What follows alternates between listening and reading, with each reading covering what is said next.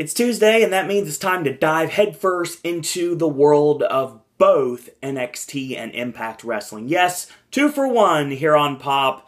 This is your wrestling content, and this is starting now. So, if you have not watched these videos before, this is basically how I do things. I'm going to start off with NXT. We'll talk about last week's NXT, and once NXT is done, I'm going to talk a little bit more about NXT, and then after I'm finished completely with NXT, I'm going to start talking about last week's Impact, and then I'm going to talk a little bit more about Impact, and then that'll be your video. And for those of you out there that don't want to watch Impact review or NXT reviews, and you want to watch the opposite one, I do have it time-stamped here on the description bar. So, let's get started, shall we? So, let's start off with NXT. Well, Alex Riley is in William Regal's office, and he's begging for a shot against Kevin Owens. He doesn't necessarily want a title match, he just wants Kevin Owens in the ring, because Owens made him look like a fool last week when he threw him over the announce table at the end of the show. Now, William Regal says you can't have it both ways. Either you're a commentator or you're a wrestler. Riley calls his bluff and says, you did both, and he's like, yeah, I did, and look what happened to me. Cesaro obliterated me, and that match is awesome. If you get a chance to check out Antonio Cesaro against, and yeah, it was Antonio Cesaro back in the day, against William Regal on NXT, please do. It is really awesome. And the matches he had with Dean Ambrose, great stuff as well. But we'll talk about that at another time.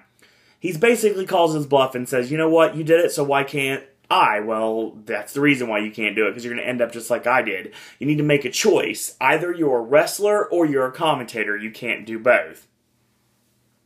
So, obviously we're building towards the return to the ring of Alex Riley. Riley has been trying to hashtag Free Riley for a long time, and it's nice to see that he is going to transition quite well into a position on the roster.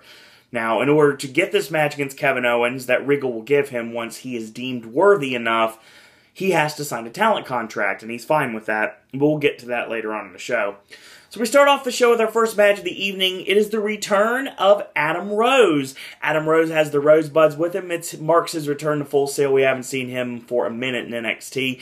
And interestingly enough, and I wrote this down on my notes, Adam Rose is wearing a black and white boa and black tights that say Adam on one side and Rose on the other. You might as well call him Hollywood Adam Rose, brother, because he's got the Hogan look going for him, the Hollywood Hogan, the NWO Hollywood Hogan. He even has the black boots and everything, but that is not even mentioned by the commentary team. I think that was just one of those, hey, if you saw it, you saw it. If you didn't, then you're not going to know anyway, because the commentators didn't talk about it. His opponent is Tyler Breeze, and apparently Breeze is going to, I would say he'd play the babyface here, but not really, because they both kind of switched it. Obviously, most of the time, not all the time, title matches, there are exceptions, but most of the time, the person that comes out first is the heel, the second person that comes out is the babyface. This match was completely and totally opposite, because Adam Rose was definitely working the crowd, and the Full Sail crowd, who haven't seen Adam Rose in a long time in their building, definitely liked what he was doing in the ring. Breeze comes out with a selfie stick. Breeze is very relevant right now, given the fact that we just had a epic walk from Ben Stiller and Owen Wilson, obviously setting up the fact that we're getting a Zoolander too, even though nothing has been mentioned yet. I'm very excited about that, and if that does happen, Hollywood, cast Tyler Breeze. He needs to be in this movie, without a doubt. WWE films this stuff all the time. Why not Tyler Breeze? Why not? Come on. Hashtag get Tyler and Zoolander too. So this match is pretty much short, straight, and to the point. The Rosebuds are dancing to Breeze's music, and he has the selfie stick, and he's basically trying to fight him off like he's a lion tamer, and he has a chair, and he's trying to fight off the lions with a chair and the whip, but he's basically doing that with the selfie stick, which is funny to me. And of course, it is not bedazzled, but it is covered in fur just to match Tyler's gear. So Breeze charges in midway through the match. He eats the inverted atomic drop, and Tyler gets sent face first to the top turnbuckle. Breeze is dazzled a little bit. He's kind of dazed. So Adam Rose goes to the middle turnbuckle. He comes off, and he gets caught with an inverted atomic drop of his own. Turnabout is fair play. So they trade chops, and of course, Rose goes for the fake out and does it again. And does a fake out front kick there. 3 shoulder blocks off the ropes. Scoop slam charges in and going for the choo-choo clothesline. It connects. Rose looks like he's getting ready to set up for the party foul, but he comes off the ropes and he eats nothing but the beauty shot. 1, 2, 3. And Tyler Breeze wins this completely out of nowhere. Like I said, he used the selfie stick to fight off the Rosebuds, who are still dancing to his music. And that's the end of that. Just a short match, just open off the show. Number 1. Nothing really behind it. No storylines here. Basically just used to have a little fun match for the crowd to get into the beginning of the show. I did like the way that they utilized this match. Adam Rose fits a lot better in NXT than he ever did in WWE. And a lot of people, I can say that about the Ascension on line 1, without a doubt. The Ascension are wasted in WWE. They are awesome in NXT. Or they were awesome in NXT when they were doing like the vampire gimmick. And now they're trying to rip off all the tag teams of the 80s. I don't like it. Never liked it. Never will like it. So, yeah, this is just a short match. Nothing storyline behind it. Just a fun match. Get the crowd into it. And it worked quite nicely. Adam Rose makes his return. Tyler Breeze gets a win completely out of nowhere. And like I said before, Tyler Breeze, one of the most underutilized superstars on the NXT roster. Somebody that hopefully one day will be a future NXT champion, as he deserves. And another perfect reason why we need that secondary singles championship that I've been talking about for over a year now. So yes, NXT is getting to be the big time right now, so they need a secondary championship. Like I said, they're on the WWE Network, make it the Network Championship. I know that worked really well for ECW back in the TNN days, but the Internet Championship might as well. I mean, Zack Ryder already brought an Internet Championship. Why don't we create a real Internet Championship? I think that'd be kind of cool. Send Zack Ryder to NXT, let him work for it. That's a good idea. I got no problem with that. Zack Ryder needs TV time anyway. So, we get the aftermath of what happened last week. So, Enzo Amore, Colin Cassidy, and Carmella are in the back. And they're asked about what their opinions of what Wesley Blake and Buddy Murphy said about Carmella last week. And Enzo's like, sweet boy Frosted Flake, Wesley Blake, and Casco calls Murphy that Australian kid. That's it. That's all he calls him, that Australian kid. You address Carmella. Before you do so, you have to talk to us first. No one talks to Carmella like that. And once we become the #1 contenders, we're going to beat the bacon off your backs. And Enzo, of course, has to chime in and says, we're going to bring home the bacon. So, yeah, okay, that's fine. I got no problems with that. I think that's going to be interesting. So, yeah, I like this. I like this feud. And once Enzo and Cass become #1 contenders, and I believe they will sooner rather than later, and they will get a run with the Tag Team Championships, I think it's going to be a fun little feud, actually. Now, it's interesting because the next segment, which I'm talking about in a minute, would be when Blake and Murphy are facing off against Shoot Nation, which is the first time we've actually seen them on NXT television. Something that they've been doing on the house show circuit, but not something that's been brought to television until just this time. And they weren't even referred to as Shoot Nation. Of course, I'm talking about Angelo Dawkins and Sawyer Fulton. Now, Chad Gable has been seen on NXT. He did a squash match a while back.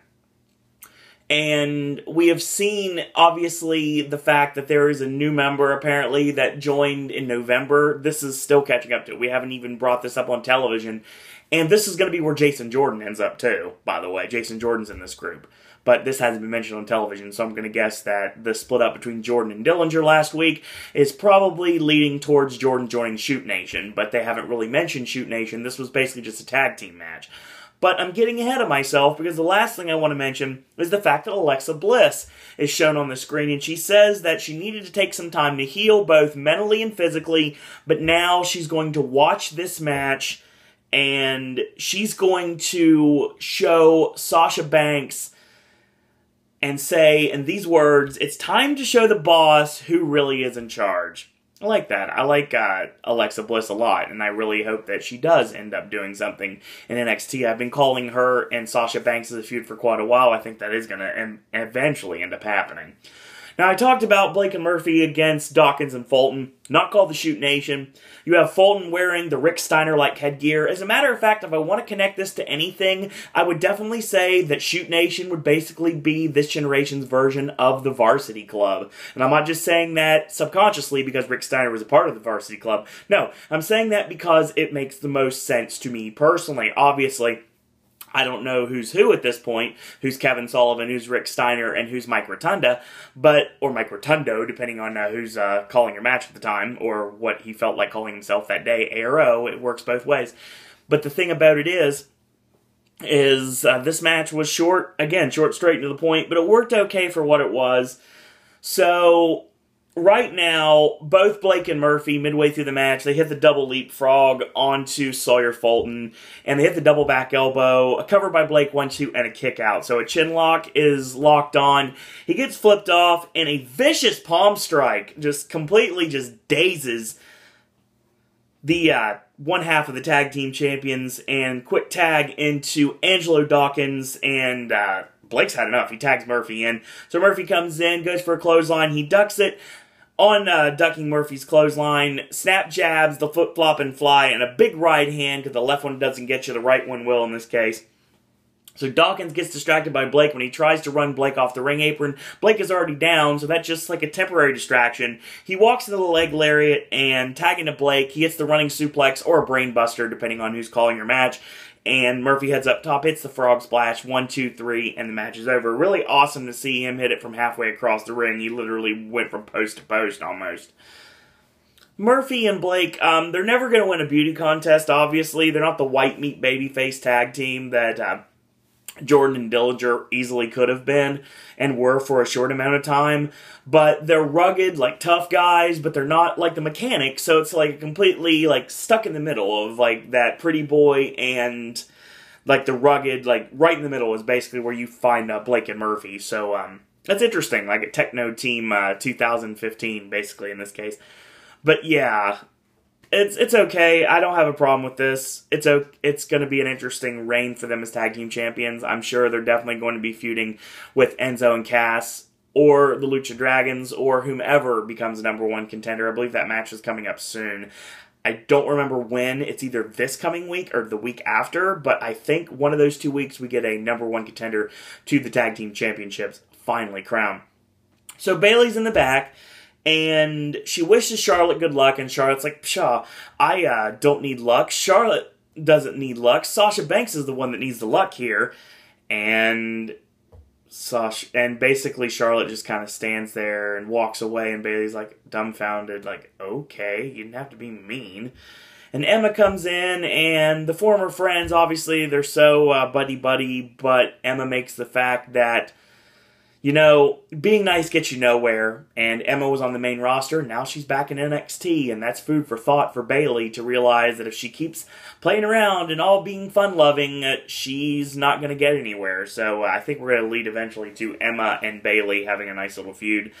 Emma doesn't want to do the bubble popping or do the Emma dance anymore. She wants to be a lot serious than she was, and I think that's an interesting storyline to go with. No problems with it. So, because Emma calls her out and says, you know what, you want to watch the match between Charlotte and Sasha? Well, you could have been in the match if you wouldn't have been so fun-loving and bouncy and paying more attention to the crowd than you did the match. Just a thought, so yeah, it's interesting. So, Baron Corbin comes out, and he squashes this guy named Tony Briggs, who basically looks like a fat Brock Lesnar. And the fans even chant, like, let's go Lesnar here. During this match, Kevin Owens is standing arms folded behind Alex Riley and basically trying to goad him into getting a match with him somewhere down the line. And he grabs Riley's bottle of water. He drinks a little bit of it, and he starts to pour it on Riley's head. Riley snaps, gets up in Owens' face, and Jason Albert holds him back, and he says, over and over again, you have a job, you have a mortgage. Albert being the voice of reason. That's interesting. So, eventually, Kevin Owens backs down, and he bombs out to the back. So, yeah, we're planting the seeds to Kevin Owens and Alex Riley, and that's going to happen sooner rather than later. And I don't have a problem with that, especially if Riley really wants to wrestle. Let him wrestle, and if he doesn't prove himself, then you go back to commentary, so that's fine with me. Sami Zayn is shown in Montreal in his home sweet home, and of course, this was pre-recorded on March 1st, which is officially his anniversary, his 13-year anniversary in the wrestling business. Montreal is the place that Kevin Owens and Sami Zayn started many, many, many moons ago. He sees the fact that even though the Abu Dhabi tour was phenomenal and he had a great time, the landscape at NXT has kind of changed a bit. I mean, we have a new #1 contender in Finn Balor, and we have a new women's champion in Sasha Banks. And we have new arrivals like Solomon Crow and returns of Rhino and the Brian Kendrick. But there's still, on top of that mountain, is Kevin Owens. Zayn hasn't watched the match from Rival at all, and once he does, then he can put into words exactly what he plans to do to Kevin Owens when he gets back in the ring. I'm very excited to see the next chapter of Owens Zayn, because it's going to be phenomenal, as it always is. CJ Parker's in the back talking to William Regal, and Alex Riley bursts in, and of course, I'm sure CJP was complaining about Solomon Crow messing up his... I could make Pauly Shore references right now, and I probably would at this point. Screw him with the grindage, basically. So Riley bursts in and is like, it's like, did you see what just happened? He's like, no, I was kind of talking to CJ Parker at the time. And Parker's like, yeah, that's right. And he's like, you know what, fine. I quit commentary. I want Kevin Owens in the ring, and I want it to happen now. And Regal's like, you know what? I get you. I understand what you want, but you got to earn it. And you got to sign a contract. And he's like, fine, I'll do whatever you want. Just put me in the ring with Kevin Owens and do it right now. And CJ Parker's laughing at him. And he's like, what are you laughing at? And he's like, you realize I'm the only one that's actually done anything to Kevin Owens. That scar on his nose, that's mine. That's all mine. And he does have a point. He really does. Like I said, very underutilized talent is CJ Parker. I really like him a lot. But yeah, that's all. I'm in the very minority here.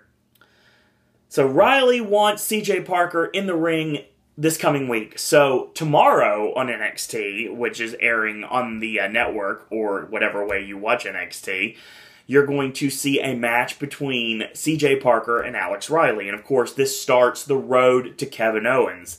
I like this. I like the way it's done, and I think that it's going to work quite well. Now, this is the in-ring debut up next of Solomon Crow, someone I know very well, someone I've worked several shows with, facing off against Bull Dempsey. Not necessarily who I'd put him in the ring with. I think this makes no sense to put him in the ring with Bull Dempsey. Kind of like that really awkward match between Bull and Hideo Itami last week. But Crow gets the match. He basically gets worked over the entire match. And he goes for a scoop slam early on. And of course, the weight is too much. And he gets crushed by Bull Dempsey's frame. And he finally hits a slam midway through the match. He comes off the ropes. He gets nailed with the Vader attack. And of course, that allows for Bull to head up top for the diving headbutt. Solomon Crow out of the way, and he charges in with a knee, basically like a running knee in the corner. And then he hits a vicious forearm, and he nails the Boing Splash, which is like a rebound body splash. And yet to see the stretch muffler in NXT. I'm sure we will eventually. Solomon Crow gets a win in a very awkward battle between him and Bull Dempsey. I don't know why this match was done. If I was going to put him in the ring with a big man, I would have put him in the ring with Rhino at this point. It would have been a lot better match. You would have got a lot more out of Crow and Rhino than you did out of Crow and Bull Dempsey. Bull Dempsey kind of a man without an island right now. It seems like they really don't have anything to do with him, and that's showing every single week on NXT. So hopefully they'll find something to do with him soon, or just repackage him or release him. So, because there's really nothing to do with him right now. Main event time, and yes, in NXT, this match does make a main event. This isn't a curtain jerker match. This isn't a way to catch your breath after an amazing contest. No, this is your main event. It is for the NXT Women's Championship. The Boss Sasha Banks defending against Charlotte, and this match was awesome. They gave these ladies almost 20 minutes in the ring, and it was great back and forth action.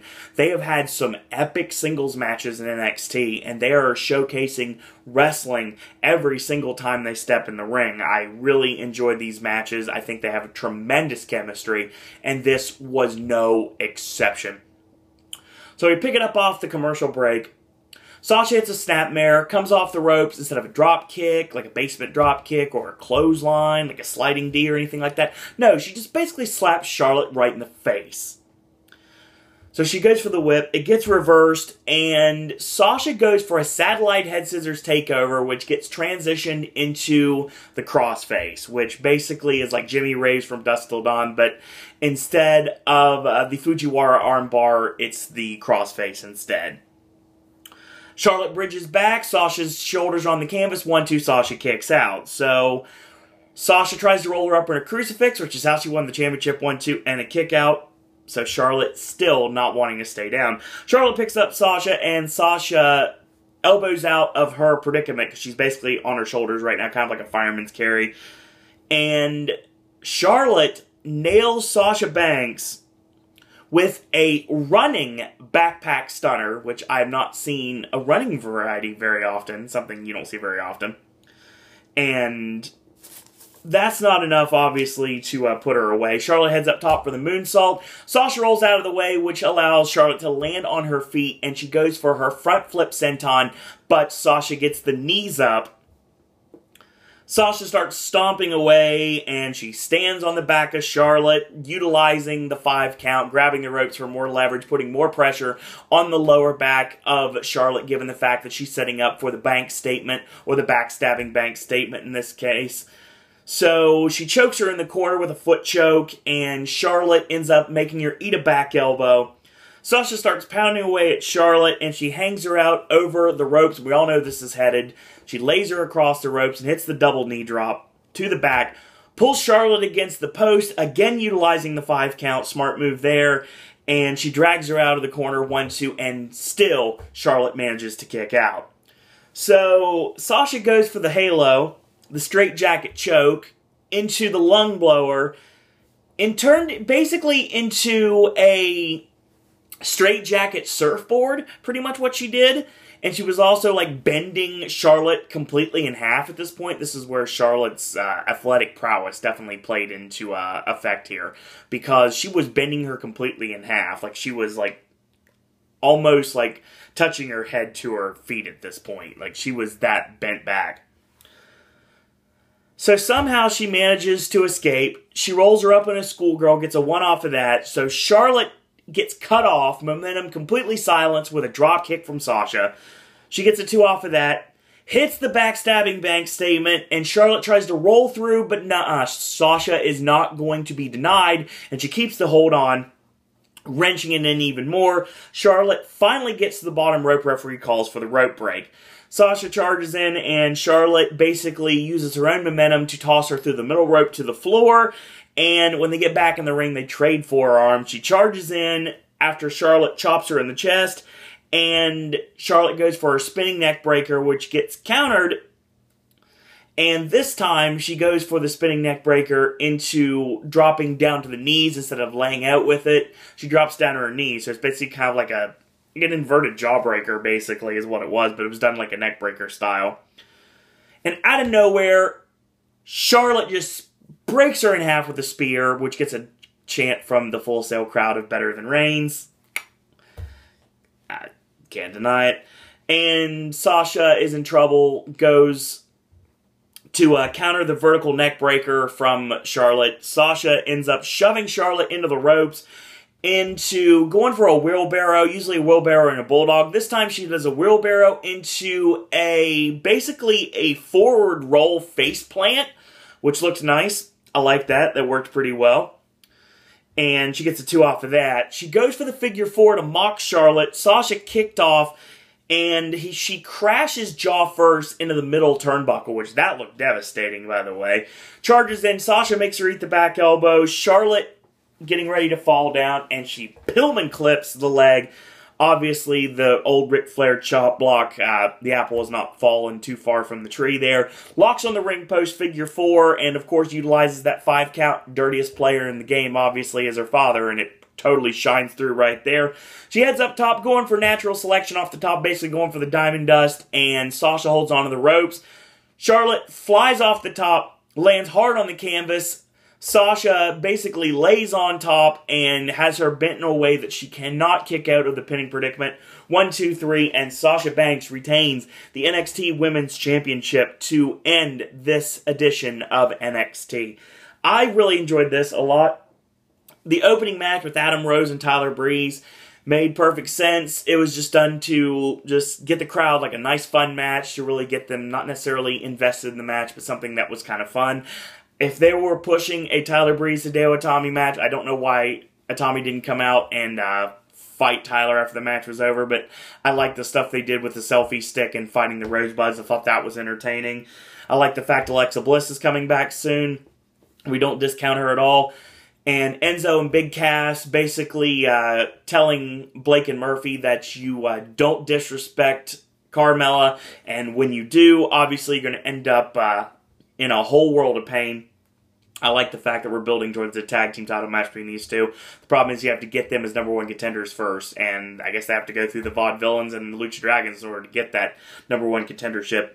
I like what they're doing with Alex Riley right now. I like how Kevin Owens basically gauded him out of retirement, basically. Not retirement by his choice, but basically got him out of getting back into the ring again. And now he's back in the ring. He's going to try to take it to Kevin Owens. But first, William Regal is not going to let him get a match against Owens until he gets some seasoning, gets back in the ring. So he's going to be facing CJ Parker next week. Think that's going to be fun. Again, CJ Parker criminally underutilized in NXT. The match with Blake and Murphy against Dawkins and Fulton, I thought it was decent for what it was. Bayley showing a new side, basically dumbfounded that Emma would say what she said. Obviously, we're building up between a match between these two. I like that. Baron Corbin, another squash match. They need to do something with this at this point. Sami Zayn did not have to be in the building, basically showing that he's going to take some time off, and when he comes back, he's going to be better than ever, and he's going to have the blood of Kevin Owens on his mind. I like that a lot. Solomon Crowe had a debut that was, it was okay. Not the right opponent I'd put him against. If I would have put him against a big man, it would have been against Rhino, honestly. That would have been a much better match. And Sasha and Charlotte steal the show like they always do every single time. Great chemistry between these two ladies, and I enjoy watching their wrestling matches every single time they step foot in the ring. Obviously, we're building towards another takeover event, so I believe that's coming up in April. I don't know for a fact, but I believe it's coming in April. I think it's every several months we have one, because we had one in December, and it seems like we're going to have one like every 2 months. And that's fine. So February, obviously, was the last one, was Rival. And then we have April, we have June, we have August, we have October, and we have December. So 5 more should be for the rest of the year. I guess we'll see if that lines up or not. That was a great addition of NXT, and I always enjoy talking NXT here on Pop. So, let's talk TNA, shall we? Now, TNA has started a grassroots campaign pretty much to focus on wrestling. And I understand why there was a lot of promos here, but this isn't what would be called sports entertainment gaga. This all had a point, and I really like the direction TNA is going right now, by and large, 100%. So the show starts out with the Beatdown Clan. They come out. Kenny King says the whole situation is getting out of control. The Chosen One chose to get involved in Beatdown Clan business, so they chose to take a piece out of him for it. So obviously we're talking about the Chosen One being Drew Galloway getting involved and literally drawing first blood on low-key last week. Says you don't mess with the Beatdown Clan or their money. Obviously, BDC reminds me at this point of Big Baby Sweets.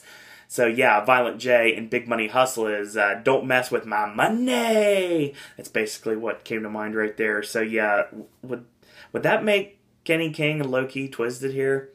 Anyway, yeah, it's funny in my head. So, Magic Ninja, what? So, I probably lost a lot of you right there, but sorry. I thought it was funny. So MVP basically says, Drew, do you have any idea what you've done? Or whom you've done it to?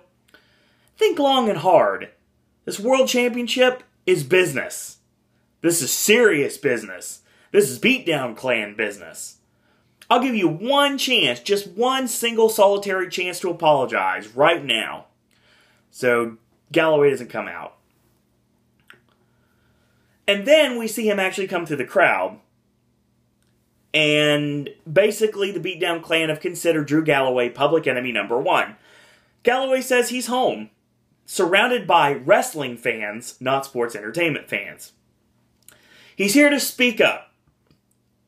for those that are unlistened to, for wrestling, and to give fans a voice.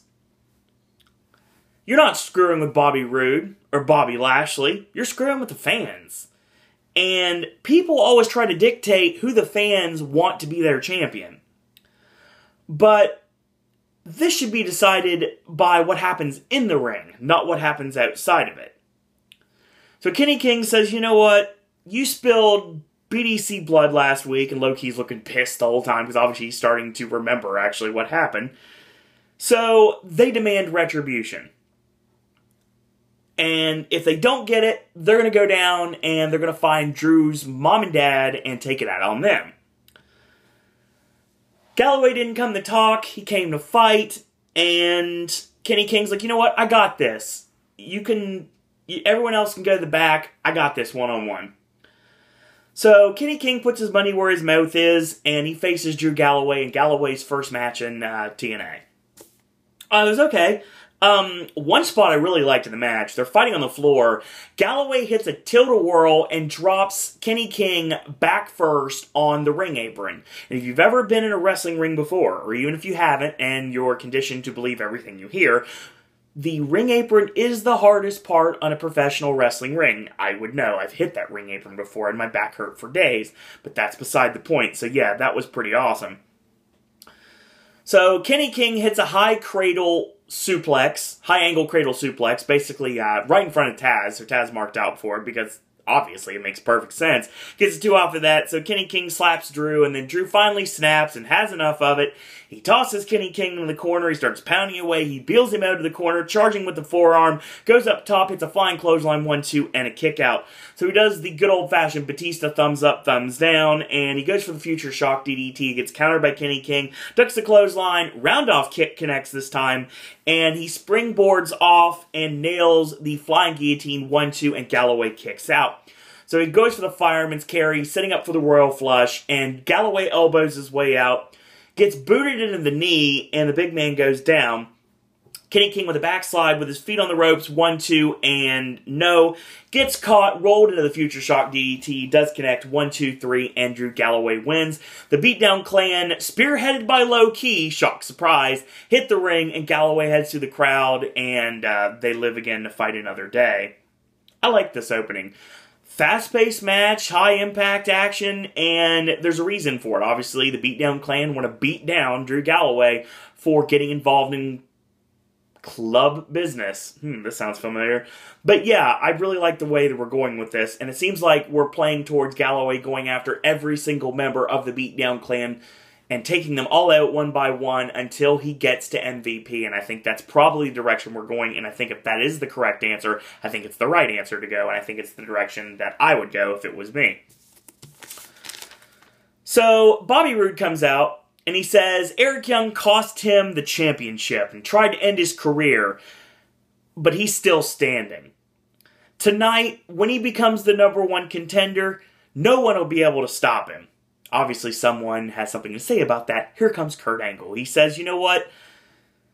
I'm going to be the one standing in your way. And then I'm going to beat Bobby Lashley. And Roode, of course, disagrees with this. And they kind of have a stare down. It's like, we don't have to wait here. And Showtime attacks from behind. And Kurt Angle stops him. We have a 3-way brawl. And eventually, Bobby Roode sends EY to the floor. And that's the end of that segment. Obviously, we're building towards the main event, which is the 3-way #1 contenders match for the TNA World Heavyweight Championship. Young, Roode, and Angle. And, of course, the winner faces Lashley this coming week on Impact, which, of course, already been taped, but we'll talk about that later. And, yeah, that's Nation America. You need to understand when to run commercials, because up next, Cowboy James Storm is seen talking to Bram in the back and basically trying to get Bram into the Revolution. And Bram's like, you know what? You don't need me. I don't need you. But Storm's like, no, I don't agree. When it comes down to it, I need you to take out Matt Hardy for me. And I need you to take him out, but I don't need you to completely end him. We want to do that ourselves. And if you do that, then you're going to have no regrets. Or no ragrets across your neck. Yeah. We're the Millers reference there.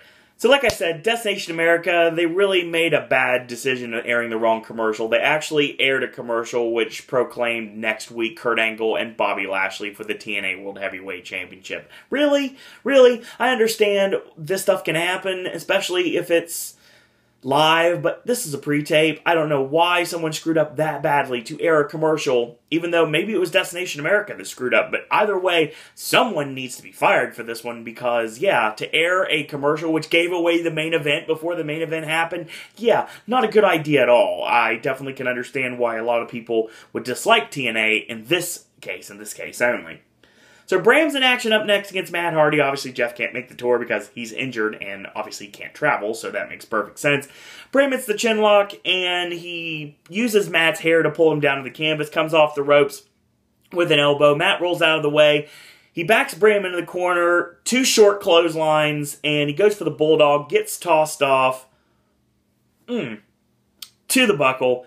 Charges in, Matt makes him eat the back elbow, charges in, Matt makes him eat the boot, gets on the middle turnbuckle, and elbow right to the back of the neck, goes to the middle turnbuckle, and drops an elbow off the middle rope. How ironic, given the fact that Magnus uses the elbow as a finish as well, but still, didn't work this time, and he only gets a 2 count. So he shoves him off, ducks Bram's clothesline, side effect connects, 1-2, Bram kicks out. So he heads up top for the moonsault, does connect 1-2, and Bram again kicks out. Matt charges in, Bram puts the referee in the way, and the referee is kind of trying to get everything all in order, and he's distracted momentarily. Bram kicks him in the nuts, and he nails the brighter side of suffering, which is the new name for the implant DDT, and that's the end of that. 1, 2, 3, and Bram wins. A big push for Bram right now. Kind of getting what the Gunner push was. That's what this Bram push is. This is like the new version of Gunner. Pretty much how they pushed him. I think that makes the most sense. Bram grabs a turnbuckle from under the ring, and here comes Magnus. Magnus makes his return to TNA here. He runs to the ring, a clothesline, a double leg. He starts pounding away, and Bram heads out. Of course, he gets the heck out of Dodge. Magnus gets on the mic and says, "I hope your ear isn't still ringing from getting bitch slapped by my missus." Of course, talking about Mickie James slapping him in the face last week. "Listen, you sick bastard, I could quit or I could stand up for myself, and obviously we know what I'm going to do here. It's not about championships, it's not about money, it's about being personal now, and I personally promise to give you the beating that your dad never did. I promise you, when it's all said and done, Bram, your blood will stain the hallowed ground of England." I like this. Great promo. Great fire from Magnus. Say what you want about the guy personally, but when it comes down to it, yeah, Magnus can get it done in the ring. And yes, I really understand how much of an awesome babyface he's going to be in this program with Bram. I love what they're doing with Bram right now. They took someone, again, like Ethan Carter III, a prime example, who was completely underutilized the last company he was in, and now they're doing something with him, and I like what they're doing with Bram here. It was a slow burn to actually get us to this, but this feud with Magnus, I think it's going to elevate Bram in the long run. I think it's going to be a really fun feud. So Mr. Anderson's in the back, and he's talking to Rockstar Spud, and he's like, I got this, I'm on your side, I'm with you, Spud. And Spud's like, you know what, Ken, this is it ends tonight. I'm going to be a man, I'm going to step in the ring with Ethan, and we're going to end this tonight. I'm going to deal with this like a man. So, then we get a shot of Kenny King being looked at by trainers in the back, and Low-Ki is just yelling at him. This is done in complete and total silence, and it makes me laugh for some reason, because obviously Kenny King is getting read the riot act from Low-Ki, and obviously we understand why, because Kenny King couldn't get the job done. So it's going to be interesting to see when Low-Ki faces off against Galloway. That's going to be a kind of a stiff match. I'm sure that's going to be a pretty tight match, actually, if you understand what I'm talking about. Drew McIntyre's in the back. He's like, I'm sick of the beatdown clan. I've got an army too, obviously, that he's talking about the fans. They're in my corner, standing up for wrestling, and it all begins tonight. One by one, he will mow down the beatdown clan until he gets to MVP and silence the BDC once and for all. I like the way this is going. I really like the fact that Drew Galloway is spearheading wrestling in TNA right now. I think it's interesting. Rockstar Spud comes out. He says, the last few months have been horrible. He's been attacked. His friends were hurt. And he thought that it was all going to be over, but he got through it. He got through it. Why? Because of the fans. But it's got to end. He calls EC3 out. He says, leave Tyrus in the back.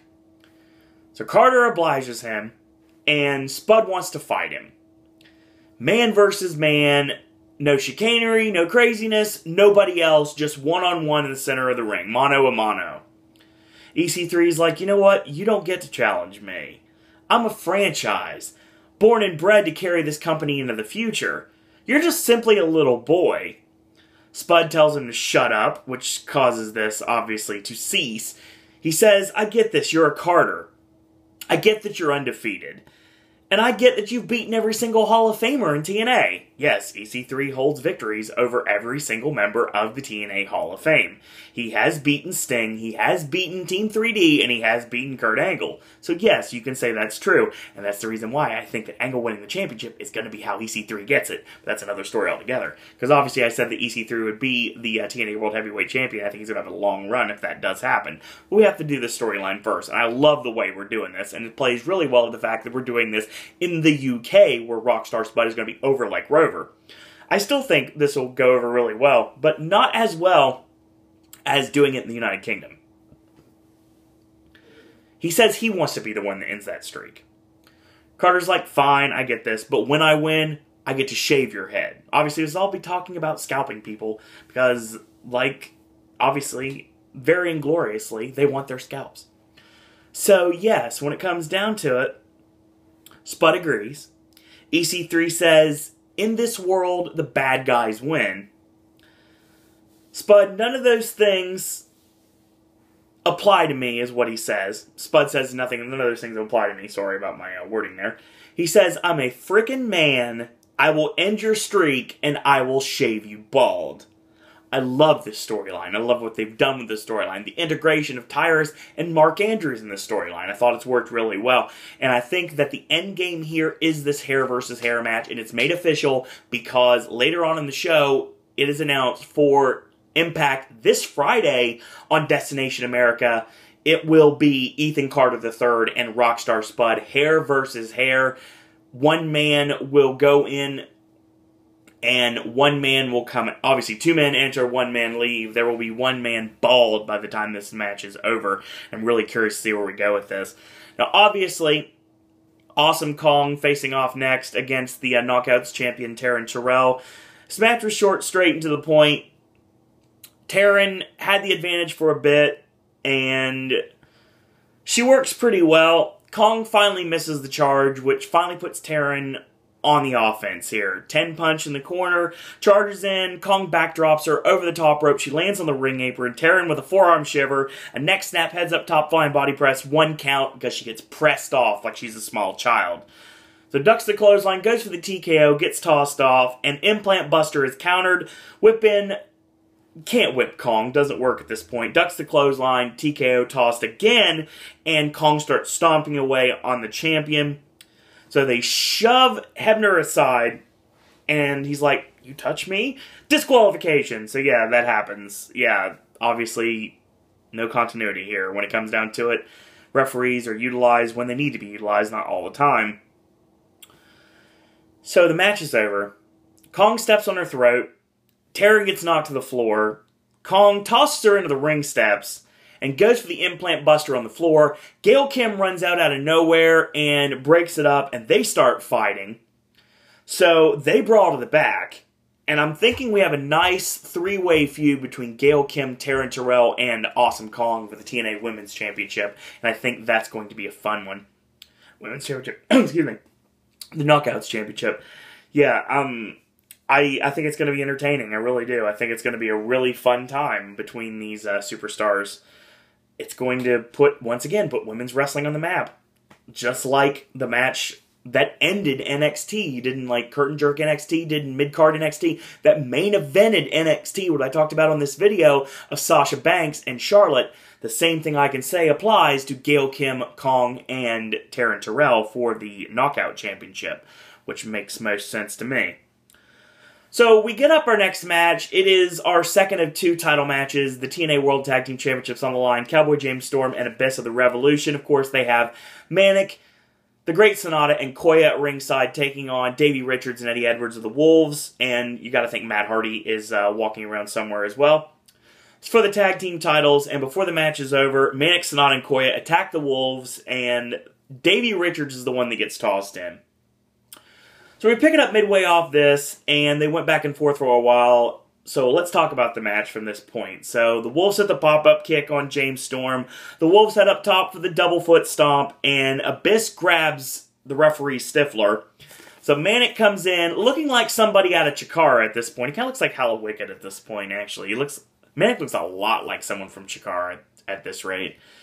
So he crotches Davey Richards up top. Eddie leaps up, and he gets caught with closing time from James Storm. Hits the Eye of the Storm, 1-2, and a kick out. Matt Hardy is materialized at ringside. So Eddie sends Storm into Manic, which knocks him off the apron with an O'Connor roll on Storm, 1-2, and a kick out. Boot in, leap in, reverse neckbreaker from James Storm, tags Abyss in. Abyss comes in with a goozle on Eddie. Davey leaps off the top. He gets caught with a double goozle. Both Wolves flip and land on their feet. Not completely. Abyss with a double clothesline. They duck under that, and the Wolves with a double Yakuza kick sends Storm off the ring apron. So, ducks Abyss's double clothesline. They double clothesline Abyss over the top rope to the floor. They hit the tandem tope on Manic and Sonata on the floor. Then Storm and Abyss hit that 3 times. Koya comes in on the ring apron. He gets double Yakuza off the ring apron. Tandem tope to Abyss, and James Storm slides Matt Hardy in at the nick of time, and Hardy eats the tope as well. So, Storm tosses in Eddie Edwards. Eddie nails the step-up kick to Storm, and that's on the ring apron.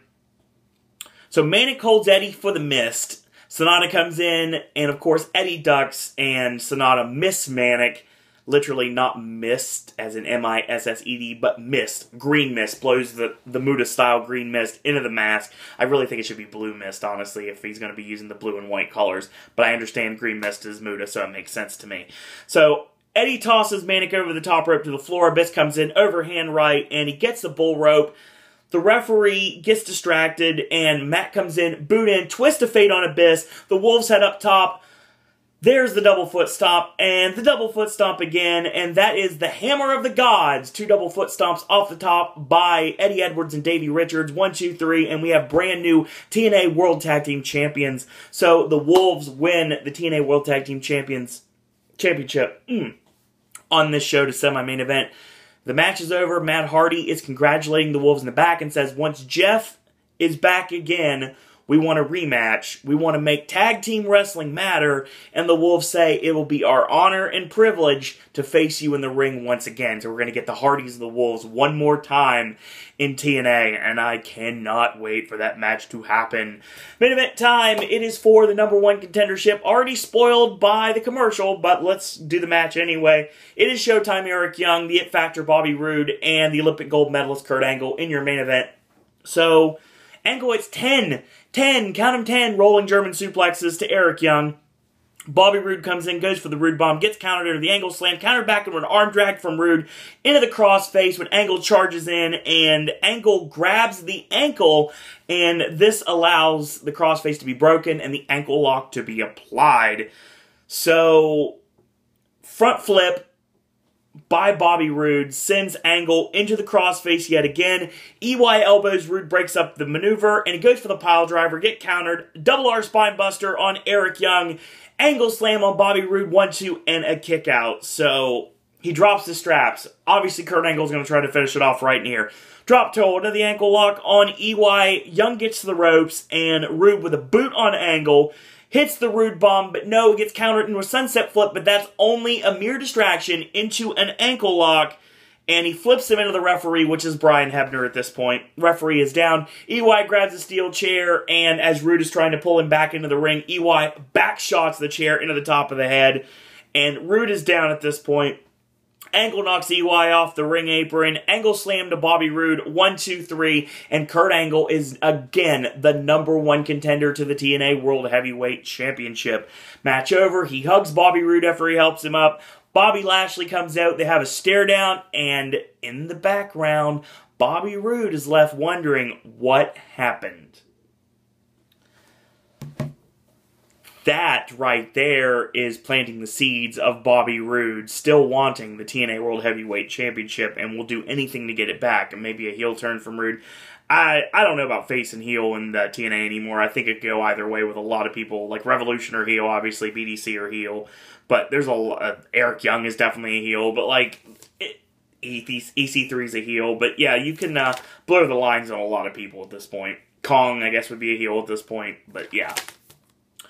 I like the show a lot. Obviously, we started out with Drew Galloway giving a great speech, talking about how wrestling matters, what Kurt Angle basically did a long time ago, but he's trying to fight the Beatdown Clan one by one. He goes through Kenny King, gets through him. Low-key runs in, of course. Galloway fights into the crowd, and he runs away to fight another day.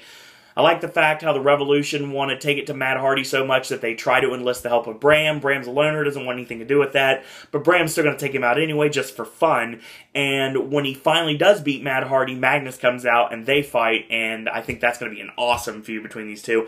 Rockstar Spud and EC3 has been booked so well. I'm really looking forward to the hair versus hair match. Should be really fun.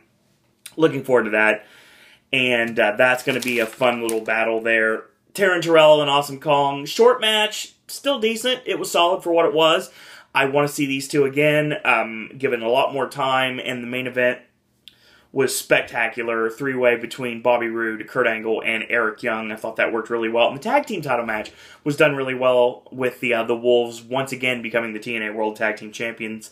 And that also building towards the Wolves and the Hardys one more time, and building toward the fact that Bobby Roode will do anything to win the TNA World Heavyweight Championship once again, including do whatever he has to do to get in a match. So I'm thinking that obviously we're building towards Bobby Roode coming after Lashley or Angle, whomever is the TNA World Heavyweight Champion after this coming week. So yeah, TNA was solid this week. I enjoyed it for what it was. If you're not watching TNA, then please start. Just seriously, TNA is getting good and it's enjoyable. I'm enjoying the show.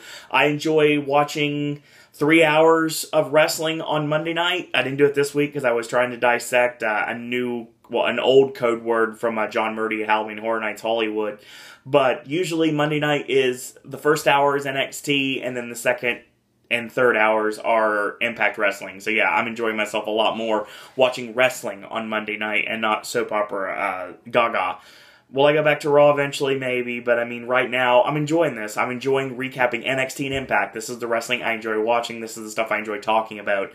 And I'm very happy to do that every single week for you guys, and hopefully you guys continue to enjoy these videos. And if you do like these videos, and you want to show that you support this channel, you can do so by liking our Facebook fan page. It is Sir Owen Disney Pop. Friend request me on Facebook at Owen Disney. Follow me on Twitter at Sir Owen Disney. And you can email me if you want to talk wrestling with me, or Disney, Universal, Halloween Horror Nights. You have ideas for the vlog of randomness or sip and snack or verses. Or if you'd like to become a popcast yourself, email me, SirOwenDisney@gmail.com. Quick programming note, tomorrow the vlog of randomness is going to get a little personal. Not in that way. Don't worry, I'm not going in that way. I'm just going to talk about something that's probably a little controversial when it comes down to it, and you're not a drinker. Do you get better service if you drink or if you don't drink? We're going to talk about that next week. And by next week, I mean tomorrow, because I don't know what day it is anymore. So yes, tomorrow we're going to talk about that. Sip and Snack will be drink heavy this coming week. Next week, it's going to be all snacks, so that's coming. And AJ's Movie Reviews will be bringing you Run All Night, Cinderella, and The Second Best Exotic Marigold Hotel. Saturday, Gaming with Ash returns. Sunday, a brand new Versus. Actually, something we just found out today. The comment today is going to be tech support. So yeah, figure out what that means. And Monday, sounds like a new Halloween Horror Nights video is coming your way. Tuesday, a brand new edition of NXT and Impact. Wednesday, back to the vlog of randomness. Thursday, brand new Sip and Snack. Friday, AJ's Movie Reviews. We'll be tackling Insurgent, whatever. The Gunman, and possibly other things as well. There's something else we might be watching, but we'll talk about that when we get there. That being said, I want to thank you guys and girls up there for watching, and until tomorrow, boys and girls, that's all I gotta say about that.